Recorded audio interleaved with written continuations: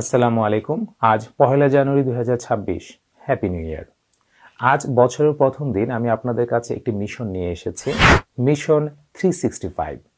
নিশ্চয় কথা দিয়ে বুঝতে পারছেন এটা 365 দিন অর্থাৎ সারা বছরের একটি মিশন। মিশনটি হচ্ছে আমরা ছোটবেলা থেকে কিছু শব্দের উচ্চারণ একটু ভুল শিখে এসেছি, আমি নিজেও।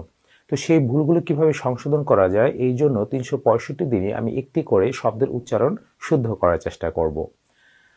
আসলে এই পর্যায়ে এসে দেখলাম যে আমরা অনেক শব্দের উচ্চারণ কিছু ভুল করে থাকি। যেমন আমরা বলি টেবিল, উচ্চারণটা হয়ে যাবে table. Education, education. Restaurant, restaurant. Residential, residential. তো এগুলো দেখার পর প্রথমে আমি বিশ্বাস করিনি, পরে অক্সফোর্ড এবং ক্যামব্রিজ ডিকশনারি ঘাটাঘাটি করে দেখলাম আসলেই আমরা কিছু শব্দের উচ্চারণ একটু ভুল করে এসেছি। তো এই সবগুলি কিভাবে সংশোধন করা যায় এই জন্য আমি অক্সফোর্ড 3000 ওয়ার্ড লিস্টটাকে বেস ধরে সেই 3000 শব্দই একটা এক্সেল শিটে কম্পিউটারে তালিকাবদ্ধ করেছি। পরবর্তীতে ক্যামব্রিজ ডিকশনারির অনলাইন ভার্সন থেকে প্রতিটি শব্দের আইপিএস সিম্বল দিয়ে উচ্চারণটা দেখলাম। পরে যাচাই করে দেখলাম সেই 3000 শব্দের মধ্যে প্রায় 760টি শব্দই আমরা ভুল উচ্চারণ করছি।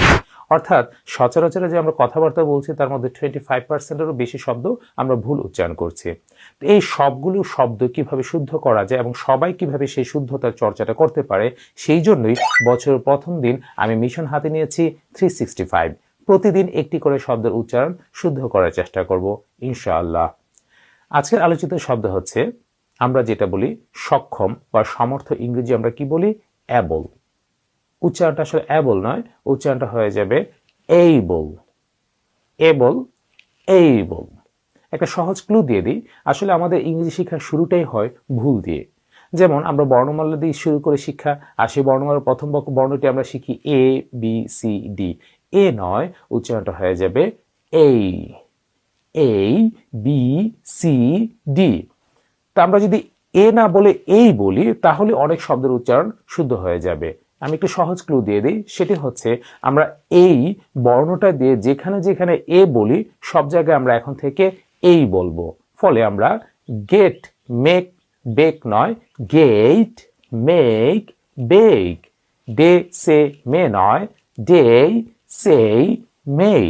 এভাবে প্রতিদিন একটি করে শব্দের উচ্চারণ শুদ্ধতার চেষ্টা করব আমরা। পাশে থাকবেন। ধন্যবাদ।